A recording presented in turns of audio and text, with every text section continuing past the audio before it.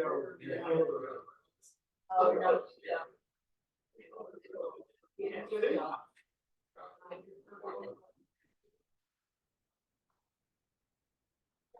Okay, good morning, everyone. Thank you very much for coming on this Friday morning. We are really excited to be having our 4th annual China Affairs Forum Spring Conference. It's a big deal, 4 years. That is, so if CAF was an undergraduate student, we're now reaching our senior year.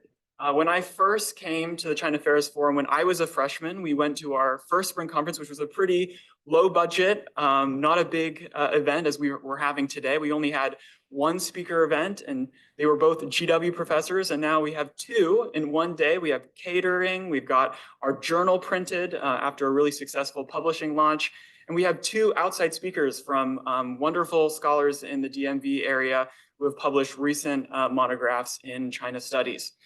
So I'm really delighted to welcome you all today. I wanted to let you guys know a little bit about how things are going to pan out in terms of our scheduling and what the event itself is going to look like. We're going to have our first event up until 12:30, and then we're going to have a 30-minute lunch. We have catering. There's going to be everything set up for everyone when you go outside. And then once lunch ends right around 1 p.m., we might extend the time a little bit. Depending on people coming in and out. We're going to have our second speaker event with Julia Chuang, who's a professor at UMD in the sociology department, and we'll get started. We should end around 2:30, maybe a little bit before, maybe a little bit after, but we want to get you all out of here on time.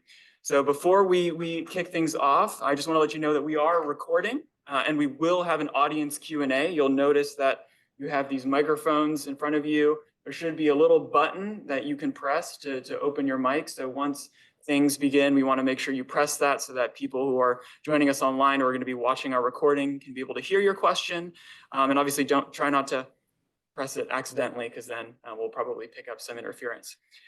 So before we begin, I just want to give a brief introduction to our first speaker. We are really, really pleased and happy to have Becky from Georgetown. She teaches at the sociology department there, and she's been really great with writing about specifically, what is considered normal in Chinese society? What do people expect because of certain cultural norms and values to do in certain social circumstances? She's written about whether coming from rural finance and debt repayment, all the way to what is the conception of happiness, to now this recent monograph that's come out that she's edited along with a bunch of other scholars and also has contributed an important chapter to, called Extraordinary in the Mundane, which is looking at how in Chinese, different parts of China, how organization occurs and what's considered normal at the community building process. Looking forward to your questions, and we'll have lots of time for Q&A, and really appreciate everyone coming out. But please give a round of applause to our guest, Becky and our student moderator, Peele.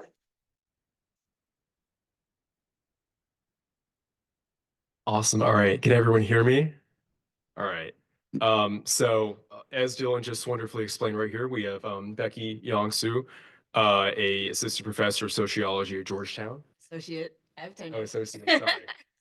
Associate professor of sociology at Georgetown. And she recently released a compiled, monograph on Chinese sociology and organization called The Extraordinary in the Mundane, Family and Forms of Community in China. It's an excellent monograph. It's about a lot of different aspects of Chinese civic organization and informal organization, especially types that are more unique to China, and things that you wouldn't really see in many other countries because of China's unique culture. So, Becky, if you wouldn't mind, I'd like to start off with a broad question about your book. So in China, there are, as you went over in this, basically throughout every chapter, there are a lot of organizations that support both individual welfare of the family, as well as collective welfare.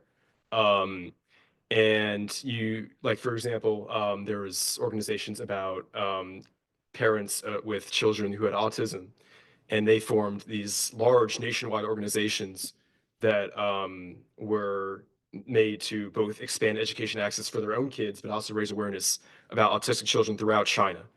And you wrote in your introductory chapter that in a lot of other places, maybe like the West, there's sort of this sense that you have to choose one or the other, that you have to either support yourself or you have to support the collective societal good. But you said in China, this idea doesn't really resonate with a lot of people. Um, so would you care to expand on that or maybe explain why that would be? Sure. It probably wasn't exactly that. Yeah. But let me clarify. So I say in the book that the public-private divide doesn't really resonate exactly in the same way in China as it does here. Let's see. Okay.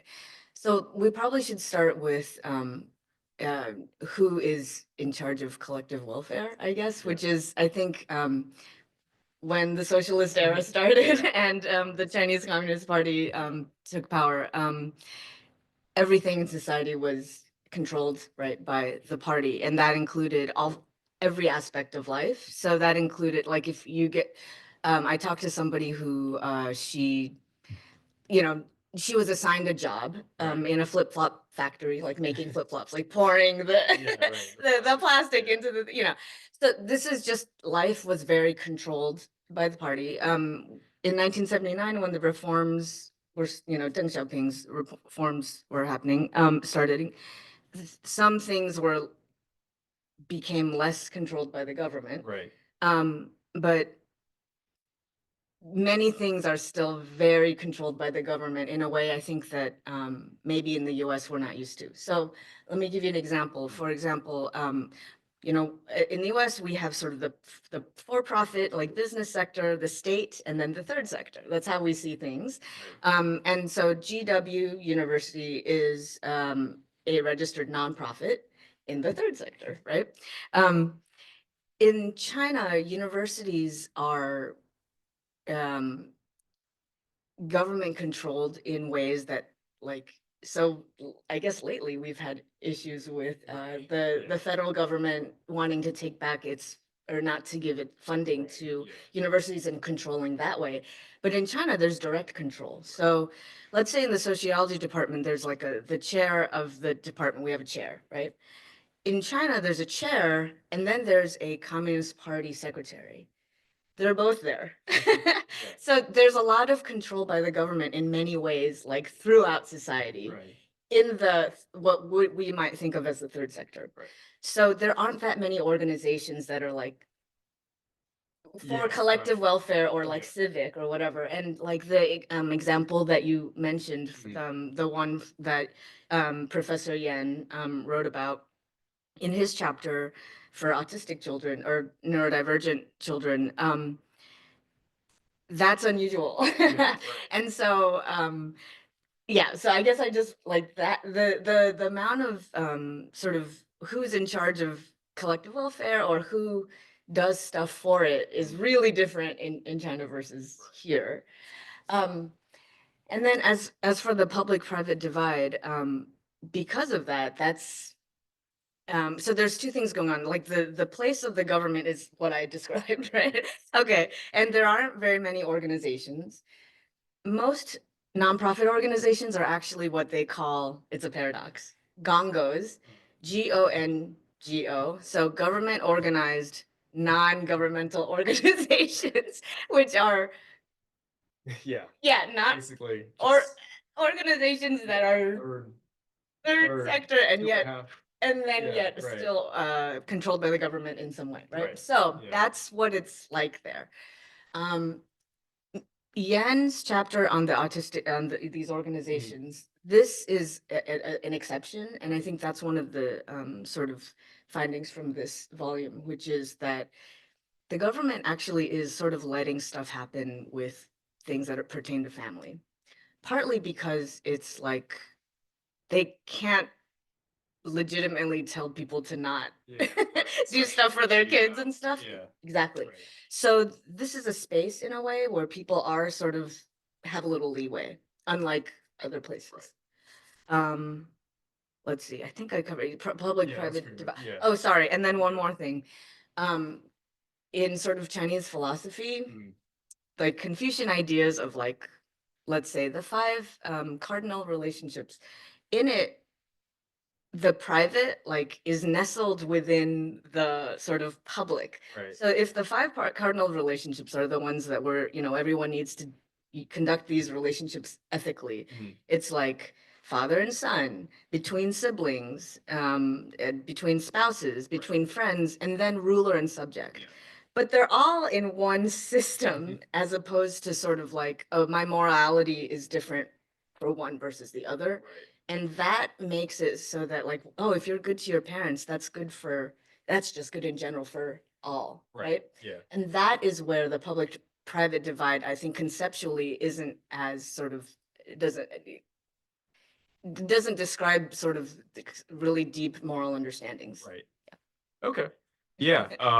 Well, that's very interesting. I think that you also talked about, speaking of like, I guess more Confucian values and how that impacts things. You talked about how there was a way that civil society was organized, until maybe the abdication of the Qing dynasty in 1912, and how, there was like a lot of it was like, there was a big system, but it was very decentralized. A lot of the local gentry like ran a lot of the community events, the charities, that sort of thing. It wasn't like the emperor was doing everything, top down. However, with the Republic of China and with Maoist China, where it was more corporatist ideology was taking over in that part of the century. You said that it kind of sought to eliminate the middleman and that everything was directly from the state to the individual.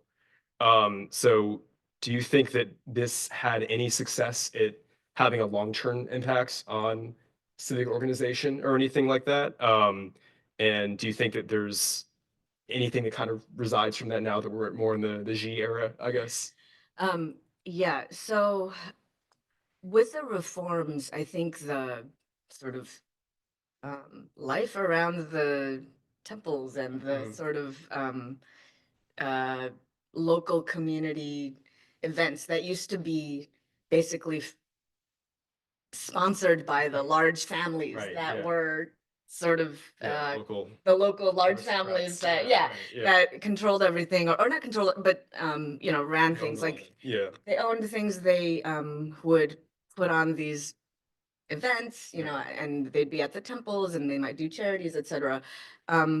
With the reforms, a lot of that came back. Like people, were interested in their like lineage like organizations Right. and temples and things, and more stuff is happening with that. Mhm. And so there's stuff happening with that.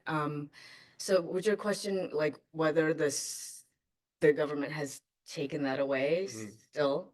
Yeah. Okay. Well, I guess like does it still like is there any like remaining of that like idea? Yeah, No? there is. So it sort of went up and down, Right. like in the high socialist Yeah, era, it was obviously. Yeah. Very, yeah. and then it kind of was resurging, especially 1990s and the 2000s, like Right. kind of there was more openness and people could Yeah, definitely. were free to do more things. I'd say in the 2010s, Yeah, right 2015s, when- things have become more locked down or like Would you say that's because of Xi Jinping, like specifically? yeah, Okay. definitely this era is Yeah. different. And actually I ran into that myself with my field work. So I do field work in the sort of temple community, Mhm. and 20 I started there 2012, 2013, through 2015, 16, no issues. So fun, Right. I Yeah. kind of come in, hey, can I stay? They have like rooms where you can I could stay. They have like visitors that can come. It's a Yeah. small temple, but I would kind of like ask, can I come, like for a couple weeks? Yeah, sure, no problem. Like Right. very just like really fun, really open. And then I went back the last time to that particular place in 2019, Okay. Yeah. and I I went with a friend from the city. Mhm. Anyway, we went to get okay, too much information. We went to get foot massage. And the just for fun. And then the temple Can I ask where it is in China? In Fujian. Okay, for sure. Okay. And so anyway, we were out for a bit. Mm. I didn't check my WeChat for like an hour or two. Okay. Yeah. When I picked it back up, I had 18 messages from the temple head, and he's like, Yeah. they want you to come, they want you to go register with the police. Mm. Let's go. Like, where are you? Yeah. Like, we need to go. And he was stressed out. Right. And I had never run into that because it was always like, yeah, come whenever you want. Like, like, yeah, totally cool. And then, we're like, oh, okay. Like, so we went, and it was like 11. By then it was like, by the time we got there, it was like 11 p.m. And then we went to the police, give me your passport. Like, Right. nothing happened, but it was like you could Yeah. feel the stress, like with the 18 messages and the like, we need to go now. Like, I was like, how did they know I was here? I don't know. How did they, kind of thing. Right. So anyway, yeah, things are different now. Yeah, definitely. Yeah. I guess sort of building off of the changing policies from the different leaders of the Chinese Communist Party. I wanted to ask, and this, we'll get more into this later with the later chapters, but uh, would you be able to explain like how the one-child policy has impacted a lot of these civic organizations that are more family-based, and then also maybe how you anticipate it might change because it's basically unlimited children are allowed now?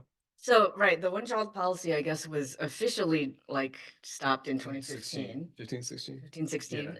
Yeah. But it's kind of a de facto one-child Yeah, right still, now. right. Anyway, I think the rate, it's like, it's a little over one birth per woman Yeah, it's is 1.2 the rate. or 3. Yeah, 1.2 or 3. Oh, wow, yeah. It's actually not that different. Okay. So no, I don't think it's that different. Well, how would you say it impacts the one-child policy impacted like civic organizations that were family-based? There aren't that many of them. Like Okay, the ones right. that Yan Yunxiang writes about is Right. like, that's Basically. I mean, as far as I know, I don't, yeah. So I don't know Okay, yeah.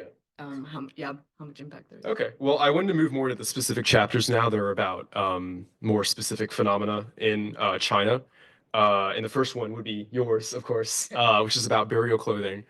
And so it's, well, will the video explain what it is? Or I'm gonna give a I'll give a brief- little, yeah. So this was back in 20, I think 15 or 16, and this is at the temple that Oh, yeah, it's like, movie shot.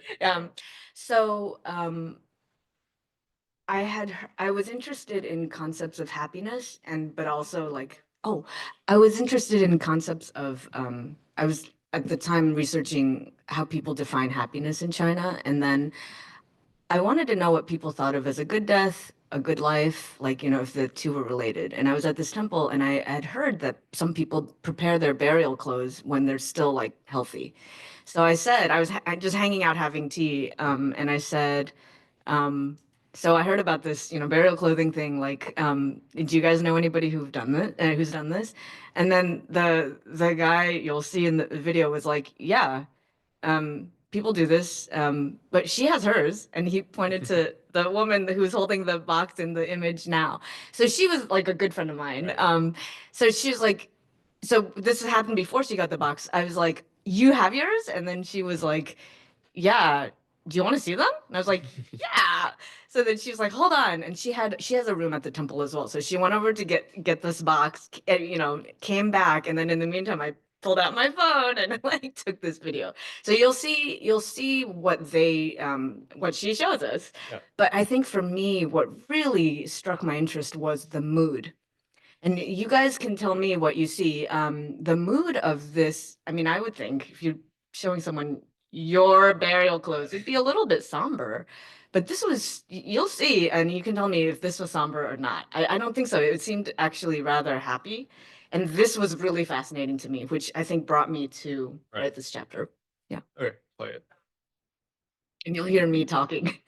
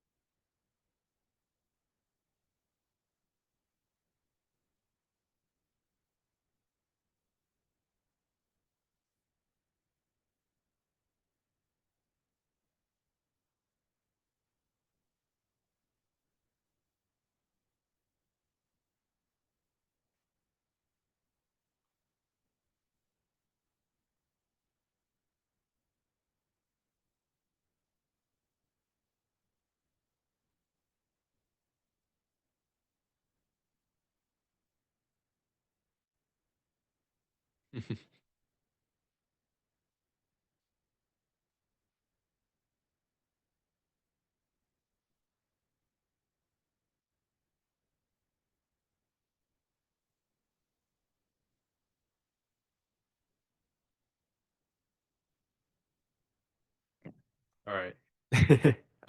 Yeah. Anyway, that's very interesting. And I think that kind of leads us into the first most obvious question, which would be, they seem very jovial, very like not serious about it. So can you explain like what kind of plays into that, why they don't feel like, because I feel like in the West, if you're like showing your funeral clothes, be a very somber thing. You'd be like all depressed even looking at it. So why is it different in these parts of China? Yeah, so in this case, she was well, first, okay, it's normal to prepare burial clothes, so it wasn't weird. That's the Right. first thing. Yeah. Second, these are like nice, right? So she was sort of happy with them, proud that she'd get to wear them, and sort of looking forward to like, okay, when I'm gonna be like nicely dressed and things for my burial. Right. Um, in that context, like I did some other interviews with people who, like, there was a father, for example, who wanted his children to prepare them for him. And I mean, he he said he was looking forward to the day when he could bless them as an ancestor. So he wanted them to prepare these for him now so that he could bless them later. um, I would say that there's like a sense of like, well, these, I don't know, these family relationships like go on. So this is sort of this turning point, and yeah, people will be there, so I want to look good. And then um let's see. And then in this case, like this was impromptu. This isn't like organized. Right. Yeah. But I think for me, what was interesting was that it brought up the idea, or like, then I was asking other people about it, and it's a little bit more like, with the father asking his children to do it, or like there were lots of families where it was like, there were some where they showed the village, like, so it was more sort of organized than just like an individual. Yeah. Like it was with sort of a group or the village or whatever. And then she actually had, the woman in the video, she had stored two of her friends' sets of burial clothes in her room as well, because they wanted like the good vibes from the temple. So like, anyway, but like, I don't know. It was for me really interesting because this is a way I thought that, well, people were directly dealing with something pretty scary, right? Your own death. And doing it in a way that was not alone, you know? Other people were part of it, and they kind of saw themselves as continuing to be in relationship with people even after they died. And that, I think, I don't know, there's a sense of continuity with Right. that. Okay. Could you expand a little more on that? Because I found what you wrote about them seeing themselves as going from an elder to an ancestor Yeah. versus like, you fall off the face of the earth, like you might think in the West. It's a little different. Is there anything more you could say from your interviews that you gleaned? Yeah, so I am working on another book. Yeah, right. And I think the reason, or part of the reason for this sort of deep sense of continuity is actually because in China, people visit the graves of their parents and grandparents after they die, like every year, Right. maybe once or twice. Tomb Sweeping Day, Qingming, is like everyone goes. It's like we did a survey of 78% of people went that year. Yeah. And not everybody can go every year, but people just do this. And it's just, so I actually think that when people visit graves regularly, just once or twice a year, not a lot, but they are like, oh, well, when I died, then someone will visit my grave. Yay. Um, but also sort of this sense of being like, oh, this is what I will be here. Like there's less of a, I guess, denial of death, or sort of this like, what is this going to happen to me? Like, Yeah. sort of like, well, no, we go, and we just the sort of a comfort with the idea. Okay. Yeah. Yeah. And I guess you sort of framed this, I mean you already said this earlier, but like kind of like a very like informal way of organizing. Or like just gathering with other people even. Not even, I don't even know if organizing is like the right word, but so sort of building off of one of your main themes about how gathering with other people can benefit society as a whole. Yeah. How does you kind of already said it, but how does this benefit society as a whole, not just the person who dies? Right. Yeah. Okay. So I think that this thing that they do, and by the way, I should say that not everybody in China Right. does this. I Yeah. just happened to find this, but I did find it in like 3 different provinces that aren't close to each other. Yeah, right. But I don't know the numbers. It And was like so South and Southwest China, South and right? Southwest, but Like, you know, I heard some stuff in the north Oh, that's really? not in the book. Yeah. Okay. Like, Okay. Okay. Good. Yeah. Let's see. So, right. So what I think is beneficial for everyone, even if they don't actually do this themselves, like the whole sort of context of visiting graves or like other people who do this, I think gives some cultural resources to deal with this event that is universal, Right. Yeah. that we all have to think about, or deal with at some point. And I think it probably helps. So it does help the collect everyone, Right. Yeah. even though this is not like organized in Right. a way. Yeah. Okay. Yeah. That makes sense. And just one more thing about this chapter that I thought was interesting. Again, it's more historical, I guess. You were talking about how during the Mao era, there was sort of a shift from these more, I guess, family-focused funerals to one that was more state-focused. It was based on the individual's relation to the state and what they did for the government versus, their own family. Yeah. And they didn't really have that much. Do you think they had like any effect on like funerals today, or if they didn't, or why not? Yeah. Yeah, so funerals are different from the grave sweeping or tomb sweeping that I was describing. Yeah, right. That's after people die, they just go visit the grave every year. Yeah. So that's different. Funerals themselves are still, so actually Lucia Liu at George Mason has a new book about this called Governing Death, but it's great. And it explains like, or describes what funerals are like. Basically, people usually have like half a socialist one and then half kind of like family, more sort of Right. some Buddhist, some sort of like stuff for your afterlife type stuff Right, for yeah. the person. So and people do like both now. So they might start with like, they'll have like someone from their work unit come, Right, Dunway, come and like say like, oh, this person has contributed to the good of the nation in this way and blah blah blah, like has been a good comrade, blah blah blah. And they'll say some stuff like socialist language, and then they'll do like some family stuff like that is more like the really old Right, traditional yeah. stuff. Yeah. Okay. Interesting. Yeah. Yeah, all right. Well, I found that to be the most interesting chapter in the book, but I had a few questions about, not just saying that. No, but I had a few other questions about some of the other chapters in the book as well. So, there's one called Love for a Child, which was written by Yongjung Yan, who's a UCLA sociology Anthropology. or social anthropology professor. Yeah. At UCLA, and so they wrote about how these different civic organizations that existed for parent that involved like the parents' relation to their child. So there was one that was about parents of children that were of a non-normative sexuality, children of autistic or neurodivergent, or parents of neurodivergent children, and also shidus, which are parents of children who have died prematurely. Like the one child that died. Yes, right, exactly. During the one Yeah, child death, right. yeah. Anyway, so would you be able to, I guess the first question I had was like, obviously these people face a lot of stigma, both from like other people in China and just also from the government as well.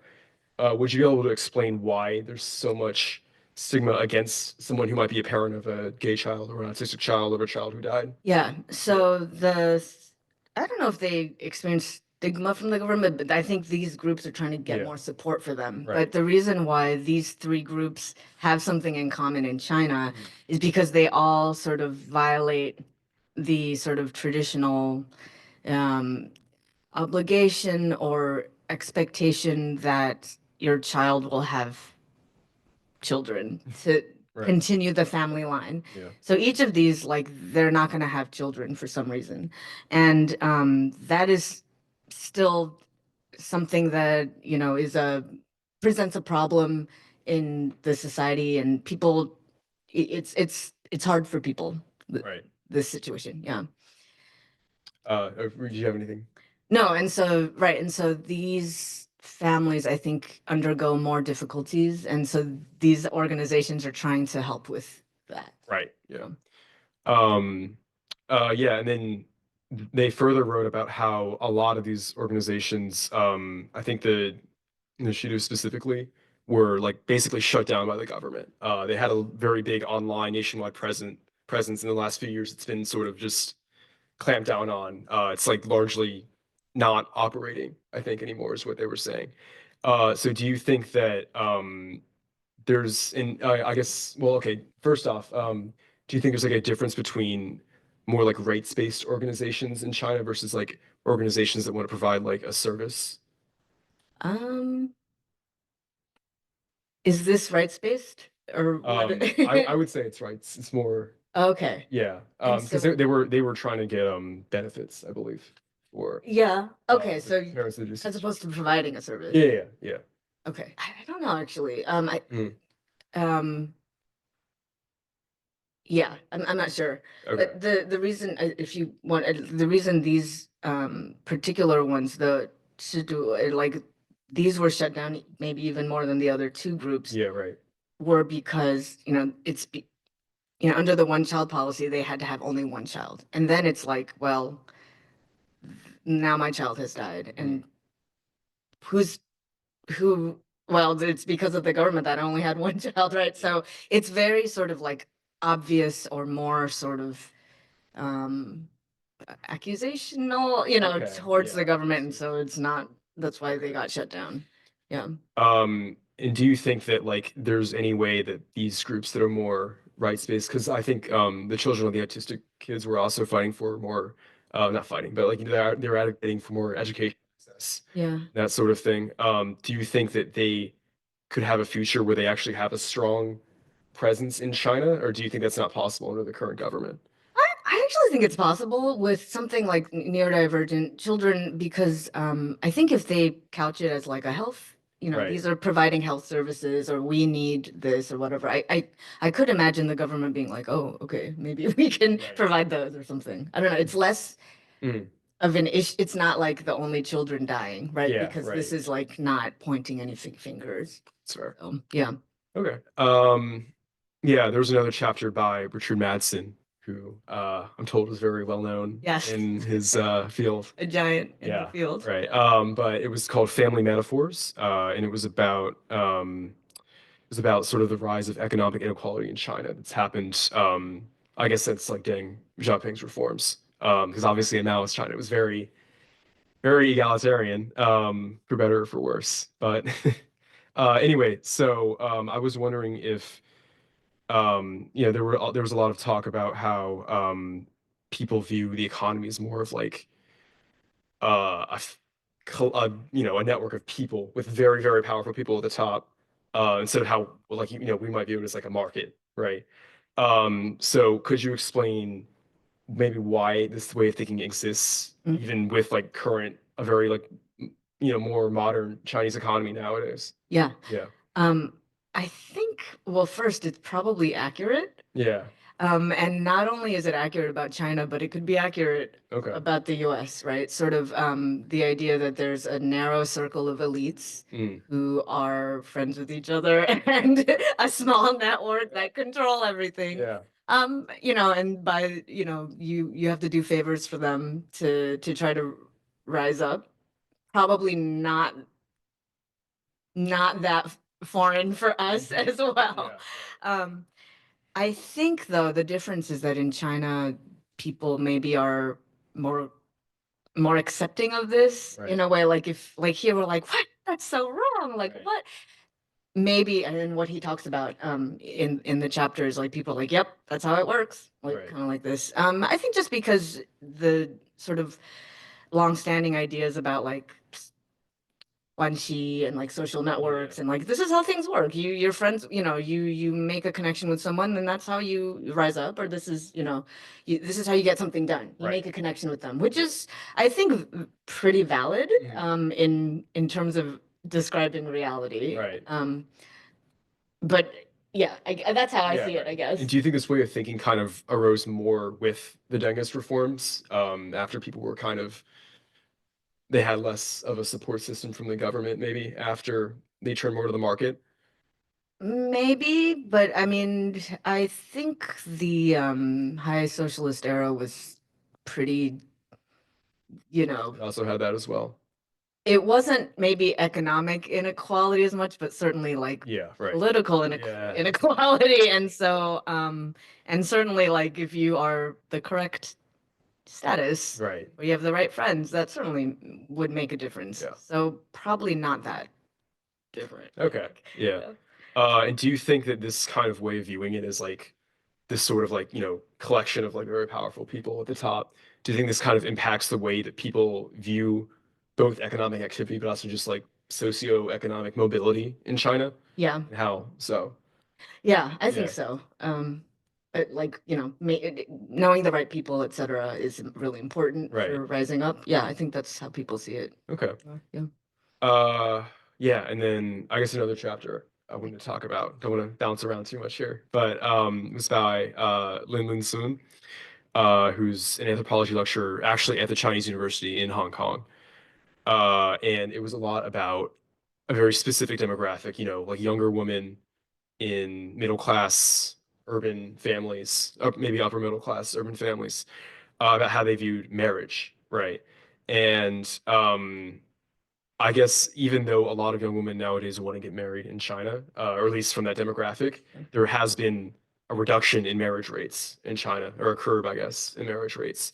So could you kind of expand more on like why this might be happening, even if young people are willing to get married and they see it as like sort of a more of a personal thing for happiness rather than something social or economic? Yeah. So yeah, this got a lot of press a couple years ago. Like the Yeah. marriage rate is dropping dramatically, it's the lowest it's ever been in China.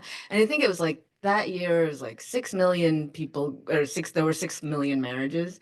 So this is, Yeah. I was just like, well, what's the marriage rate in the US? And it was 2 million that year. Okay. Yeah. So, give the Chinese population is 1.4 billion, the US population is 350 million. I Mhm. mean, it's a little comparable. This is really bad Yeah. demographics. Obviously, I don't do this kind of In work. the US, I would guess, right? What is It's it? a little like the rate's a little higher in the A US. little bit, Yeah. but it wasn't dramatic. Right. It wasn't quite as like what the news seemed like it Yeah. was saying. But I would say that ethnographically, like Mhm. in my fieldwork and stuff, well, I think what's happening is people are delaying marriage, but they seem to kind of assume that they will get married. But who knows? Like, who knows what will happen in this generation? It's like they're like 30 something, and then maybe they never will. Right. Yeah. But there's a lot of like in my field work, like young people being like, my parents are hounding and nagging me to get married. They want me, they're setting me up on blind dates. They're Right. doing, and they're like, but I want to focus on my career, or like I just haven't met someone that I like, and whatever. Right. But this is kind of an issue. Right. Yeah. People are having, but I don't get the sense that it's like people expect to actually never get married. Right. It's just that there are things in the way. Right. Yeah. Yeah, I guess, well, I've read a lot about how obviously because China's economy has developed so fast and women are more in the workforce, that's obviously delaying marriage Mm. a lot. And because the Chinese government is very family oriented right now, do you think that there could be maybe more benefits or some, I don't know, like maternity, like longer maternity leave? Because it's only like, what, like 2 weeks in China? It's very short, right? Well, yeah, so it's so hard to get a job these days, and Right. I think I could imagine young women being like, well, I need to just focus on this and not like if I get married and have a kid and whatever, I'm not gonna like Mhm. keep my job. Right. Yeah. So yeah, I mean, if they did stuff like to protect that, that Right. would, I think, help a lot. Um, let's see, I think they're doing some incentives to have like more than one kid, but I think it's not working at them yet. Right. Yeah. Yeah. Okay. And can you expand? A lot of it was about social media, that chapter. Can you Yeah. expand how social media has kind of also influenced the way that young Chinese women might view marriage? Well, so that chapter, I'm not Okay. on it really. I have a WeChat, but I don't Okay. use it that much. 'Cause Mm. I'm in touch with people. Anyway, Yeah. so let's see. I think what she was saying was marriage is this sort of big ideal, and it's the thing that will bring happiness, or for the young women. And it makes it worse to have the social media because people just like, let's say somebody does get married, they just post these ideal images, right? Right. And it's like, yeah, but then, if you ask them, they're like, I'm actually not really happy and stuff. Yeah. So actually it gets worse because people are posting more to feel better, Right. but they're actually less happy. And it sort of props up a whole sort of idealized life that it actually affects their sort of well-being. Right. In the same way social media is, right? Yeah, right. People Yeah. are like, it's so bad for Definitely a us. common thing. Yeah. Okay. Well, I mean, that was pretty much all the questions that I had. So if I would like to open it up to Q&A, if anyone has a question. Yeah, right there. Thank you for coming to speak with us, Professor. I wanted to bring it back to these advocacy groups for families.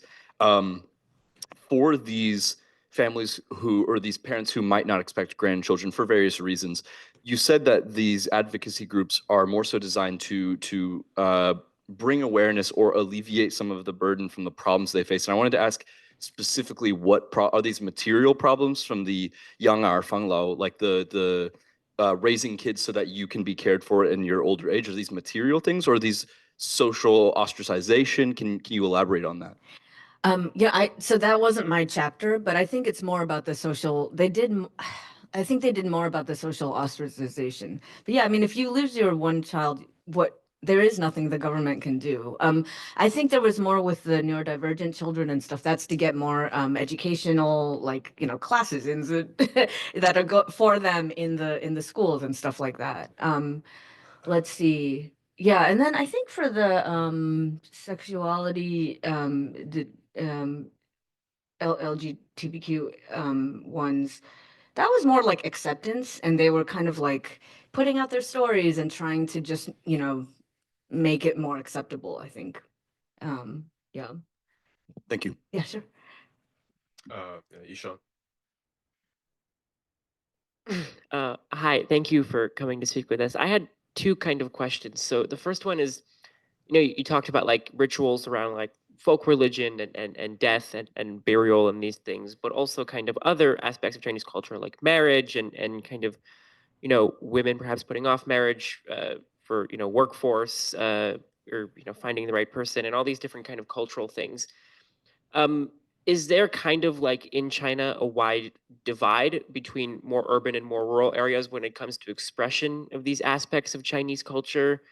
And if so, why might that be the case? And then the second question I had was, throughout the many different transitions that communist China has gone through since 1949, like through the Cultural Revolution and then the reforms and the opening up, like how did kind of everyday Chinese people experience these very rapid shifts in Chinese culture from kind of, a suppression of Confucian family values to kind of maybe more of an opening up to it, to maybe back to a repression of it? So, thank you. Okay. Okay, so sorry, what was the first one again?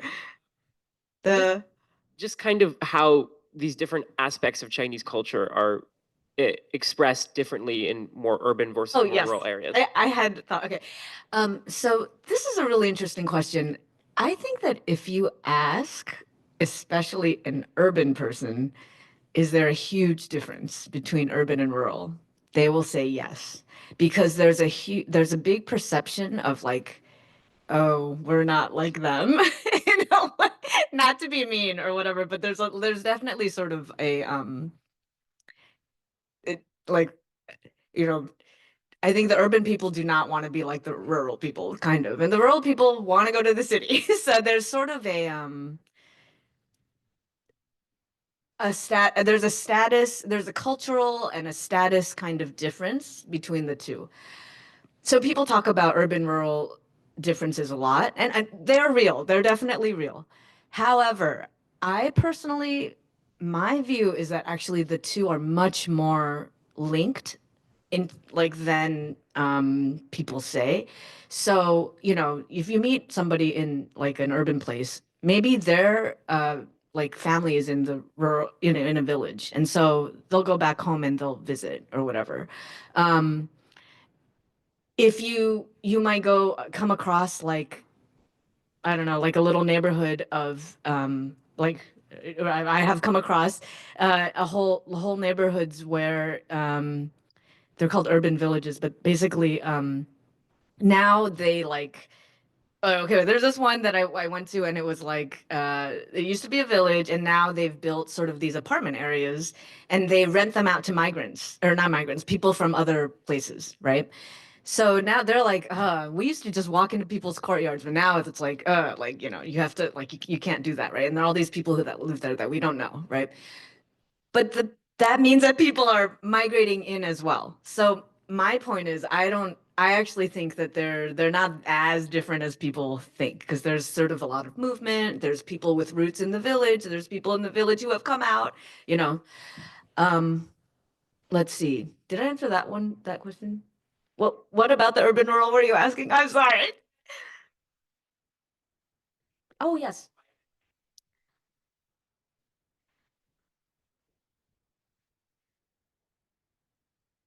Yeah, actually, that's not that different either, because like, oh, like maybe I live in the city, but my mom lives in the village, and so she might be like, I want burial clothes, right? So when I go home to visit, she might be like, I kind of want burial clothes, and I'll buy them for her or whatever. I mean, so that's not. I don't know if it's that different.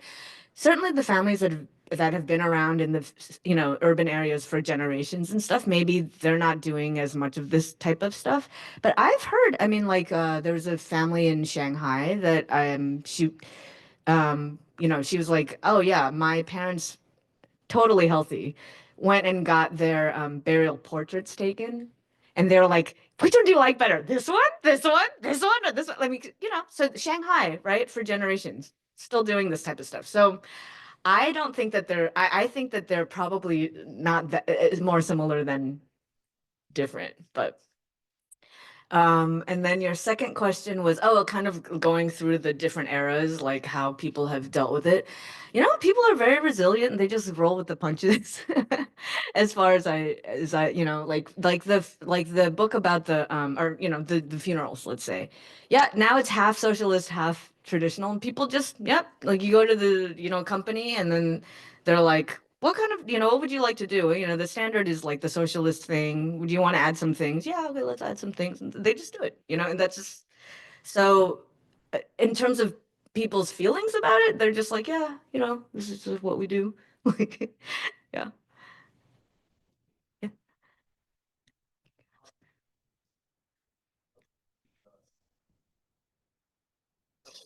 Sorry.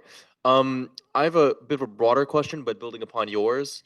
What do you think are some of the broad, both unifying like through lines in Chinese culture and some of the cleavages in Chinese culture, whether it be like a regional cleavage or some kind of a political cleavage? What are the divides in China? I imagine they're not as maybe extreme as they are in America, at least in some contexts, but what do you think are the cleavages or what brings people together in China?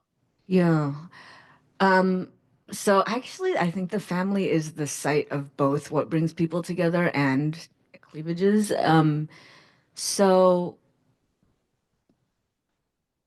okay, so what brings people together? Actually, what brings people together, I think people still have a sort of, young people and older people have sort of this deep feeling of obligation to the family, especially to their parents. And the parent-child like relationship remains very sort of emotional for people.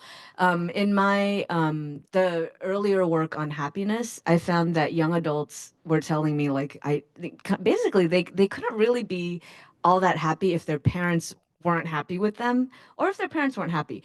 And so they're just so tightly tied to one another. However, it was this tight binding or bond, And yet sometimes led to some unhappiness, right? Like people like, oh, it's kind of an obligation, or like, oh, my parents want me to get married, but I don't want to, that sort of thing. And so that actually, I think maybe a cleavage or, divide might be generational. That's my guess, where, maybe the younger generation might want certain things and the older generation want other things.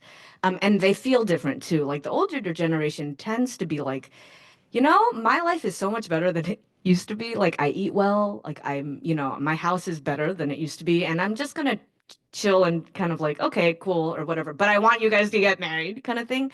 The younger generation is like, I want a good career. I need, there's so many people I need to like outcompete. There's so much competition for jobs. I feel very overwhelmed and I need to like get ahead and that sort of thing. But I also feel like bad if my family, like about my parents, like if they want certain things or they're not doing it well or whatever. So that's a little bit of a different feeling by generation that I've seen. Yeah, good question. Yeah, right there. So thank you for coming to speak with us. And you spoke a little bit about at the start of the Confucian 5 relationships. Yeah. And I was wondering if these relationships or some other societal norms were at the root of the pressure that parents put on their children to marry. And I was also wondering if you could speak a little bit about the Shangqinjiao, like the marriage market that is a phenomenon that's begun to appear in Shanghai and a lot of the bigger cities, where parents kind of advertise their children to other parents to have them married. Okay. Oh my gosh, what was the first one again? I had an answer, but The Confucian values. the Confucian values. Yeah. Yeah, sorry.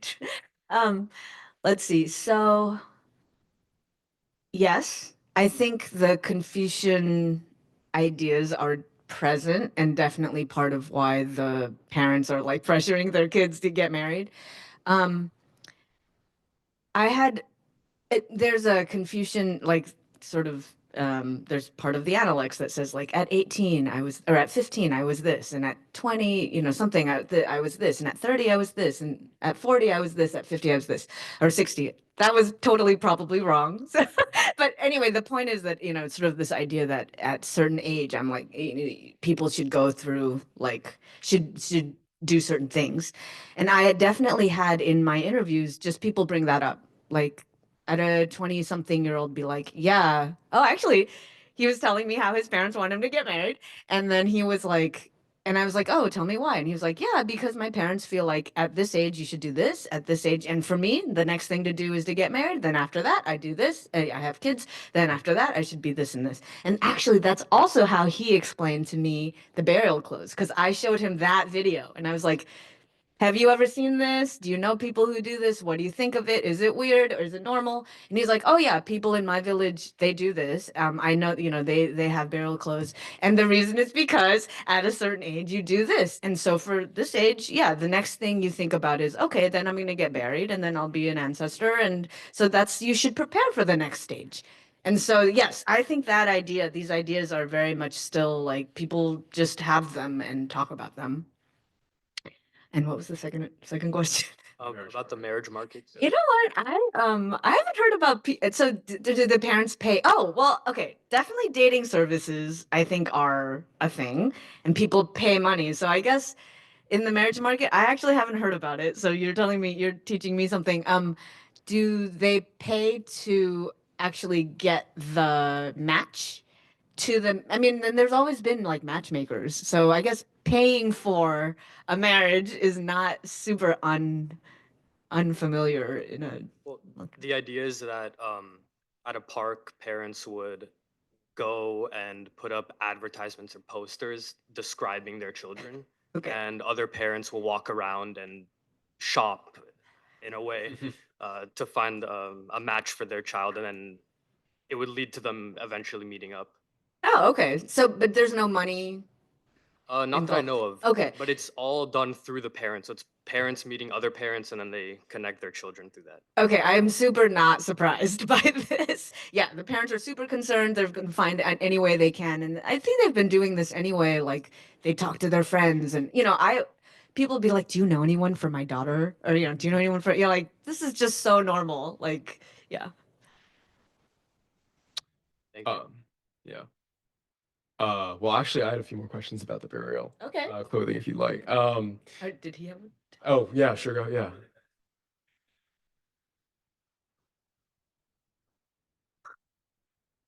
Oh, very good.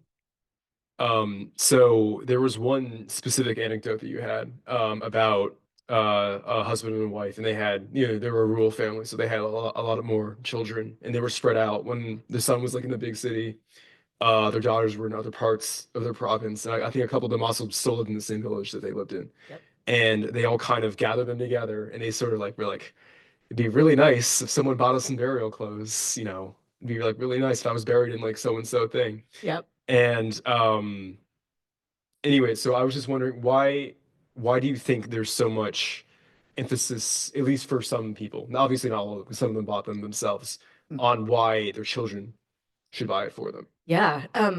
I think what is happening there, and actually, I have an earlier paper about how like so they're not saying like "I love you" and stuff to each other. The way that are like like my son, like when my son gives me my burial clothes, and it's like you are my son, and he's like, and you are my father. Like this is one way people are expressing their relationship.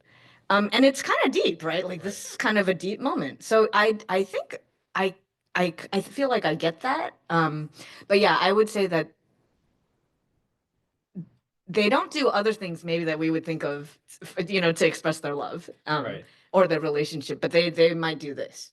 Yeah. Yeah, that's fair. And I guess why do you think there's so much emphasis on like it looking, I guess maybe not expensive isn't the right word, but like, kind of more opulent, I guess, Okay. Do you mean the earrings in the video? Yeah, the 500 The wall. 500, And yeah. that's like what, like 80 a lot.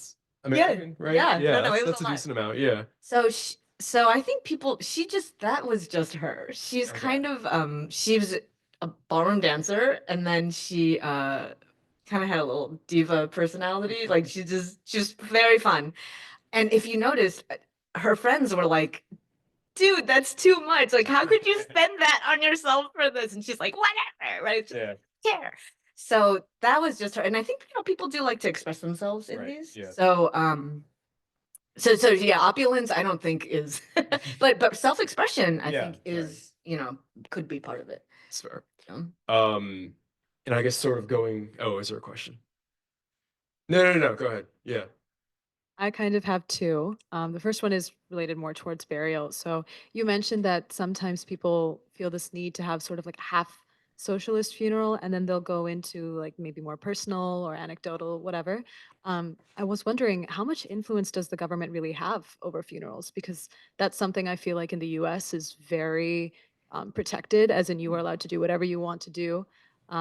Is it more of like a legal thing? Is it more of just like the social implications? Yeah. That is a good question. I have seen these funerals, and I never asked like what if this was. I think people just do it because it's just normal. But if they didn't, would they get punished? I'm not sure. I don't know if people want to know. I mean, they don't want to get to the point where they would get punished, maybe. Yeah. So like if they go to the funeral business person, who sets it all up, and they're like, "Do you want to have some stuff with your, talking about the contributions to the nation?" They'll be like, "Yeah."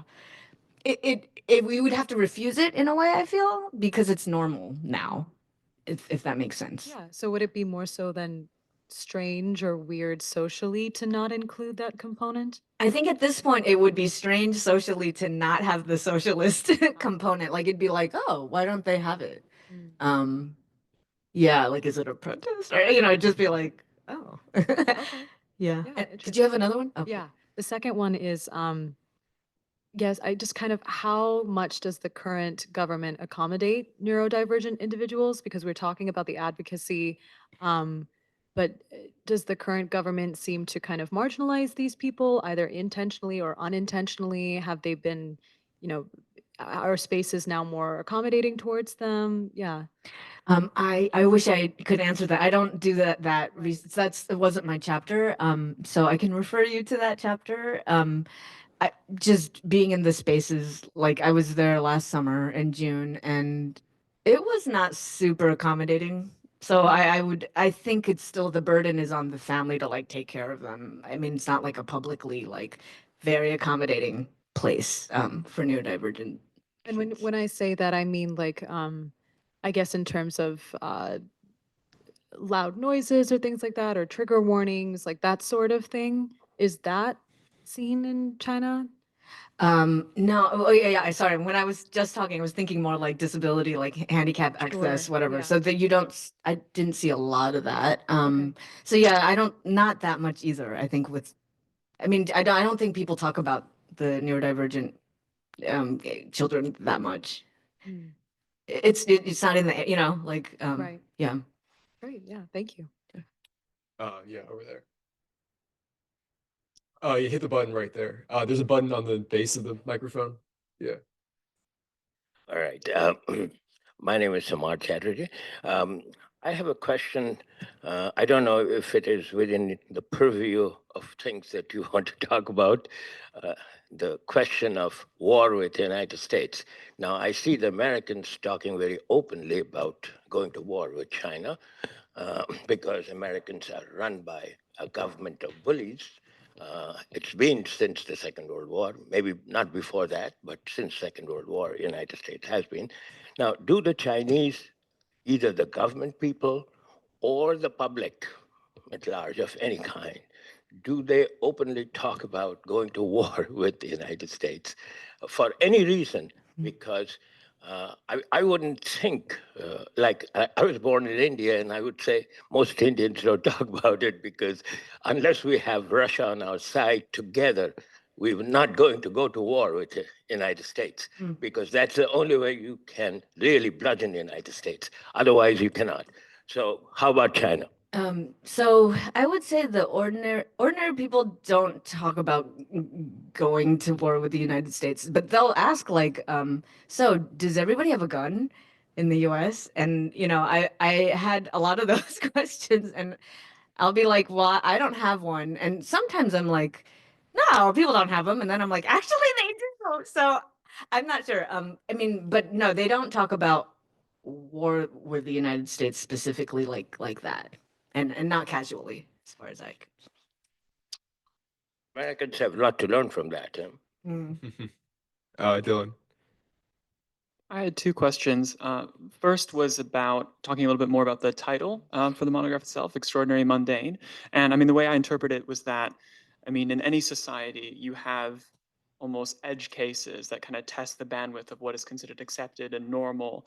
And that was my interpretation of the different chapter selections. But I wanted to know, when you were considering editing this and thinking about your title, what was the main through line and the thread line that you were thinking of between bringing these very disparate stories, which are all very interesting, and providing this kind of comprehensive introduction and distilling it to an audience? Oh, that's a great question. So the way I see what's extraordinary about all the different things that are in the chapters is that this is sort of everyday life or things that people are just doing in their lives, but they're so interesting because they do something to address some kind of problem. So I guess one of the things that when we got together, like this group of authors, one of the early things that we wanted to kind of do with the book was basically do something different from most of the books that are published about China and most of the discussion about China, which is like mostly about the government or like, sort of strategic things or like things like that. I really wanted to get to like, what are ordinary people doing and how do they deal with the issues they encounter? And to me, like when I heard, you know, kind of talking to all these authors about their field work, I was like, this is people do these really interesting things, right? That I didn't know about. And so it's in the mundane. It's in these like things people are just doing, like they don't give it a second thought. Like the burial clothes, they just do this, but they're not like, they wouldn't tell me like this is extraordinary. This is just their lives. But I find it extraordinary because they're dealing with this huge topic of death and facing it in this way that's actually kind of like, wow, they're kind of supporting each other and making it almost this like, wow, a wonderful thing to give someone burial clothes, right? Like it becomes this moment where like the child and the parent like have a bonding moment. I just didn't know that you could do that with, you know, thinking about like my impending death. Like this becomes a bonding moment, right? Anyway, so that's how I was seeing like what's extraordinary about sort of all the things that people are doing. And the setting is China. I think that there's extraordinary things going on that people are doing sort of everywhere. But this volume looks at interesting things going on in China. I had one more question I wanted to ask you. One of the things that you'll see in sometimes these are like county government papers that are put out is that they'll talk about how it's very important that they want to elevate the cultural level of rural areas. And I think as a Westerner, when I'm reading this in like an Asian studies class, I'm having a hard time understanding because do they mean let's increase the education level, let's make people have, you know, higher literacy rates, let's increase people going to university or high school, or is it something like maybe what we've seen more earlier in Chinese history with like the anti-superstition campaign, where they're elevating culture in the sense that maybe people from urban areas or people within higher levels in the government believe that certain folk values aren't good and shouldn't be emphasized at the rural level. So I didn't know if you had any insight on this and how, what do officials mean when they say about elevating culture in rural areas? I think it means all of that. And there's also a little bit of that, you know, prejudice against rural people, like, oh, they're so backward and they're so uneducated and they're so superstitious and, you know, right? There's a little bit of a distaste, I think, in sort of Chinese society for like rural people and that kind of thing, I think is part of it. I mean, maybe it's also well intentioned, like, oh, we want them to have more education. We want them to have, you know, to be in a better situation and stuff like that. But elevating their culture is kind of these ideas. There are things that the government is doing that like they are definitely trying to they want to celebrate Chinese civilization and tradition these days, right? But not be superstitious about it. So for example, like I'm studying grave sweeping right now, and people go to the graves every year and they are like, you know, often they bring like paper money, like it's like spirit money, like it's money that's you buy it, it's like fake money, but you burn it for your dead parent or whatever, and it's like, oh, like you know, feel free to spend this on stuff. Like, I want you to, you know, like live well over there, kind of thing. And people burn it, right? And they'll burn like all these different like gifts and stuff too for their parents. It's kind of like a nice gesture. Um, but the government has been telling people not to either to not do it or like, you know, you're not allowed to burn it like on your own. Like you can give it to us and we'll burn all of it, but I don't know if they will. They're trying to like cut down on smoke and stuff, but I think it's also sort of like they're promoting like bring flowers instead. Like don't do this, I think, superstitious type stuff. So there is still sort of this push a little bit with that. Yeah, right there. Professor, in the course of your field research, in the course of compiling this book, are there any honorable mentions, any anecdotes, any stories, any people you spoke to that you think had something very interesting that maybe just didn't fit within the purview of this that you just think is still worth sharing? Well, that's a good question. I was luckily I can write another book. No, I think what came out of this is like this extraordinary volume is sort of an in-between book between the happiness book, which came out in 2019, and my next book, which is going to be on grave sweeping and these ties that people feel they still have to those who have died. And sort of that whole, everything that surrounds that. So that would be my, like, the super interesting thing that I think is not in this book, but deserves so much attention. Yeah. A short one, but back to marriages and relationship formation in China. Does China have like a high amount of like online dating apps in China? And if so, what are they? Oh, I No, no, no, no. yes, they do. I haven't looked at them personally, but I've heard, like, I don't know, I can think of somebody who said she met somebody online, but actually a lot of what I heard was like people meeting people through their parents. Uh-huh. Maybe at the park, but maybe not. Like just people introducing, like, their parents set them up with their parents' friends, kids. I mean, with their, yeah, right. Um, so and a lot of still like friends, like friends of friends, and like sort of like more networky things, which actually can make sense, right? You don't, I mean, yeah. So that's what I heard, but I haven't studied it and I haven't read anything about it. This is all just like people that I happen to know, kind of, So it's hearsay. still done in a little more of a traditional way in China than maybe in the U.S. Well, people, yeah, seem to be meeting people, yeah, through friends and family still. Yeah. I actually had another question, if you don't mind. So earlier, Cherry was talking about the half like socialist funerals and that sort of thing. What does that even? What does that like look like? What would a half socialist funeral include? Yeah. So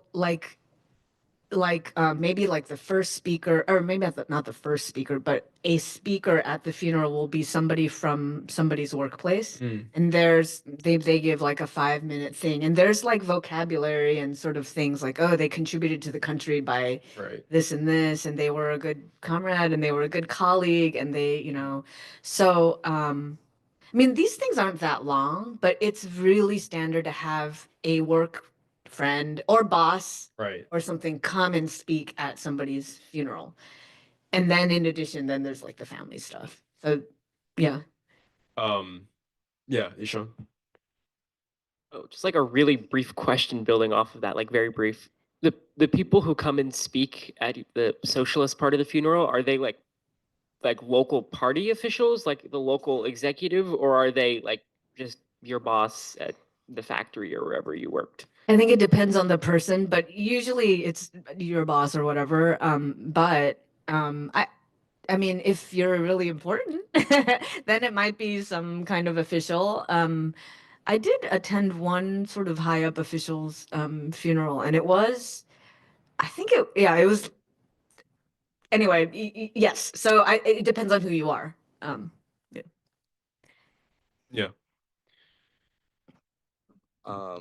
Hi, Professor. Just a quick question about, so how effective is the CCP in exercising control and power in rural areas, especially when it comes to culture? And what are some of the main barriers to them fully exercising what they want in those areas? So rural China it's really interesting how it's governed, um, because I mean, it's not easy for the government to govern it, to rule it. And they have to rely on prominent people in the village. So, either somebody's from a prominent family or, somebody with influence. Because let's say they want something done. They want to collect taxes, or they want to do something. They have to get everyone to do it. Who's going to get everyone to do it? So usually it's somebody with influence. so they have to get that person on their side, and then they can do it. Of course, they have force and they have, you know, other means, but they don't want to have to rely on that because they don't. I mean, they don't want to like go kill everyone or whatever. Like that's not governing, right? They don't want to do that. So they end up having to do this method, which, you know, and so what ends up happening is that, you know, these prominent families become important in getting things done. And so it's not, I mean, it's a little bit similar to like the past, actually. Country, Yeah. raising everything. Yeah. Yeah. So how much, you know, how much are they able to do stuff, you know, make people do stuff or, you know, influence or have people comply? I mean, usually they still are just because the local fabric is still, you know, people still they rely on each other, right? They need to, the farmers and stuff can't just live without support from other farmers or, you know, from other people in the village. So there is still sort of a fabric of people working together. And so those who are able to have influence over sort of a village or whatever, if the government can get them to work with them, and they usually can with, I don't know, various means, then that's how they do it. Hey, Sean. I find this very interesting. I kind of wanted to ask more about the methodology of how, like, I guess these families or these kind of old imperial era structures of control have kind of been co-opted into the communist system. So like, are these prominent individuals or prominent families given like positions in kind of the local party infrastructure, like at the kind of county level or the provincial level or the like village level? Or is it just kind of like they're more just kind of cutting deals with these families or these individuals or these groups of people to kind of exercise control over these communities? Yeah, sometimes the village head is just like the head of like some big family. But sometimes not. There's all these different there are different sort of modes of status, I guess, that have to do with, you know, different actually eras of the history. Like, okay, let's say they got to run a government owned factory or something for a bit. I mean, there's like, or they're rich in other ways, or they're influential in some other way, maybe morally. I don't know. It sometimes it's just somebody's personality, they're well liked, whatever. So there's different sort of modes of influence.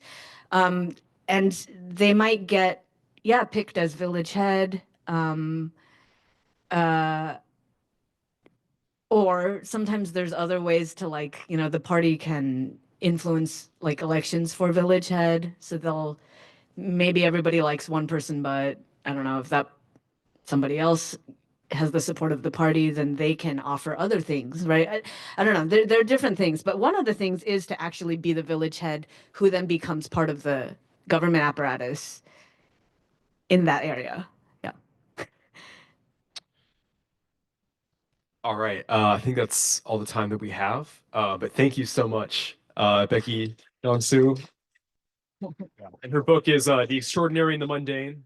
Yeah, and it's on like what, Columbia Publishing? Yeah, Columbia Columbia University yeah, Press. yeah. On Amazon too, I think. All right, well, thank you. Thank you. Oh, sorry. Yeah.